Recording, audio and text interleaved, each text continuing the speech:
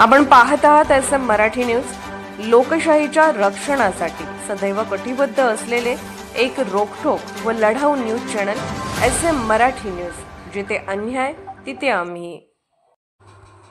हेरले परिसरात जुगार अड्ड्यावर पोलिसांची कारवाई, 8 जणांवर गुन्हा दाखल।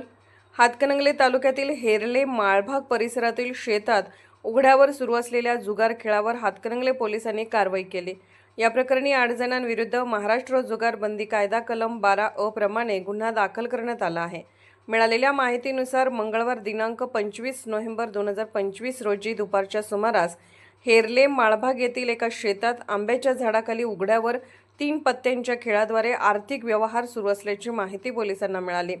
तक्रारीनुसार पोलिसांनी घटनास्थळी दाखल होत तपास केला। तपासादरम्यान पोलिसांना घटनास्थळावरून खालील साहित्य आढळून आले असून पंचांसमक्ष ते जप्त करण्यात आले।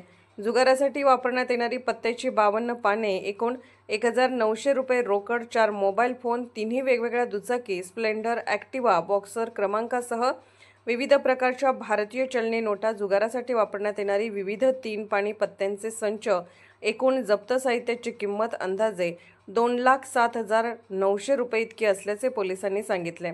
तक्रारीनुसार या प्रकरणात 8 जणांविरुद्ध गुन्हा दाखल करण्यात आला असून त्यांच्याकडून जप्त साहित्य पंचनाम्यात नोंदवण्यात आले आहे।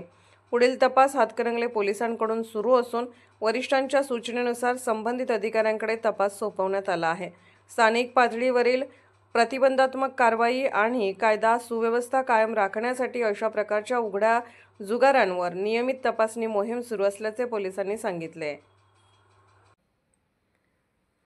SM मराठी न्यूज चॅनलला लाईक करा, शेअर करा आणि सबस्क्राईब करा।